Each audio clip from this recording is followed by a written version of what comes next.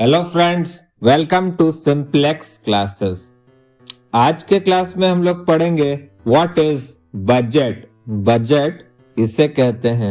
भारतीय संविधान के अनुच्छेद 112 में बजट की बात आय और व्यय के रूप में जिक्र किया गया है। ठीक है, अनुच्छेद 112 मतलब आर्टिकल 112। बजट को संसदीय भाषा में वार्षिक वित्तीय विवरण कहा जाता है। बजट हर साल फाइनेंस मिनिस्टर जो होते हैं, यूनियन फाइनेंस मिनिस्टर, वित्त मंत्री, वे संसद में मतलब पार्लियामेंट में पेश करते हैं। वित्त मंत्री जो होते हैं वे बजट के भाषण में ये बताते हैं कि पिछले फाइनेंशियल ईयर में मतलब वित्तीय वर्ष में सरकार को कितना आय हुआ, कितना इनकम हुआ, रिवेन्यूज से, टैक्स से या फिर जो भी सोर्सेज ऑफ इनकम है सारे वो बताते हैं वित्त मंत्री। और कहाँ कितना पैसा खर्च किया गया, एक्चुअल जो आंकड़े होते हैं वो बजट में रिकॉर्ड किए रहते हैं। बजट में ही इसका विवरण रहता है। और बजट में वर्तमान वर्ष में सरकार कितना आय होने का अनुमान है, मतलब कितना इनकम आने वाले वर्ष में इनकम कितना होने का एक्सपेक्टेड है, उसका एक अनुमान आंकड़ा। और कितना खर्च कर सकते हैं, इनकम होगा तभी तो एक्सपेंडिचर होगा ना, कहीं से आएगा पैसा तभी तो आप खर्च करिएगा। तो अनुमान एक्सपेक्टेड इनकम और कहाँ खर्च करेगी गवर्नमेंट, इसका ब्यौरा बजट में होता है। बजट तैयार कौन कौन करता है? वित्त मंत्रालय मतलब फाइनेंस मिनिस्ट्री, नीति आयोग और दूसरे मंत्रालय एक साथ मिलकर बजट को तैयार करते हैं। क्योंकि इनकम जो होता है डिफरेंट मिनिस्ट्री में कितना इनकम हुआ, कहाँ से कितना रेवेन्यू आया, उसके बाद कहाँ उन्होंने खर्च किया, इसका ब्यौरा वो देंगे फाइनेंस मिनिस्ट्री को, तभी बजट तैयार होगा ना। ठीक है, यूनियन बजट में सरकार की आमदनी और प्रस्तावित योजनाओं पर होने वाले खर्च का विवरण होता है।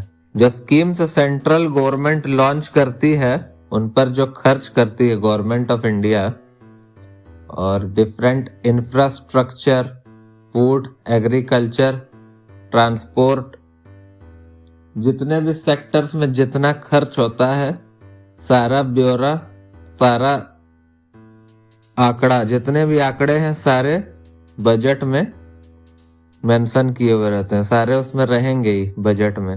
और कितना आने वाले वित्त वर्ष में कितना खर्च कर सकते हैं उसका भी विवरण रहेगा, कितना खर्च होने का अनुमान है। जिस तरह हम लोग अपने घर का बजट बनाते हैं कि इतना इनकम हुआ, इतना एक्सपेंडिचर हुआ, उसी तरह यूनियन बजट भी उसी तरह है, कहाँ से कितना इनकम हुआ और कहाँ कितना एक्सपेंडिचर हो रहा है। यूनियन बजट सरकार की आमदनी और खर्च का हिसाब किताब होता है। यूनियन फाइनेंस मिनिस्टर जो है वो है निर्मला सीतारमन। उन्होंने 1 फरवरी 2021 को यूनियन बजट पेश किया।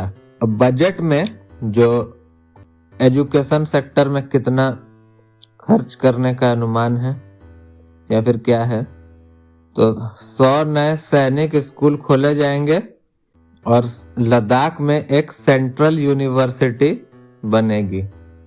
हेल्थ केयर सेक्टर में प्रधानमंत्री आत्मनिर्भर स्वस्थ भारत योजना, हेल्थ केयर सेक्टर में इस नए स्कीम को लॉन्च किया जाएगा। और मिशन पोषण 2.0 के तहत 112 जिलों में आउटकम्स के लिए उनको इम्प्रूव किया जाएगा जो कुपोषित है।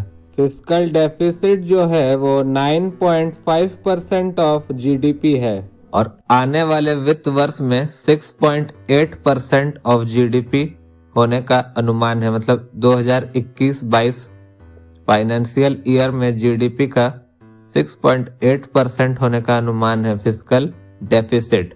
2 पब्लिक सेक्टर बैंक्स को डिसइन्वेस्ट किया जाएगा और एक जनरल इंश्योरेंस कंपनी को भी प्राइवेटाइज किया जाएगा और लाइफ इंश्योरेंस कॉरपोरेशन का आईपीओ 2021-22 फाइनेंशियल ईयर में आएगा। आईपीओ का मतलब होता है इनिशियल पब्लिक ऑफरिंग।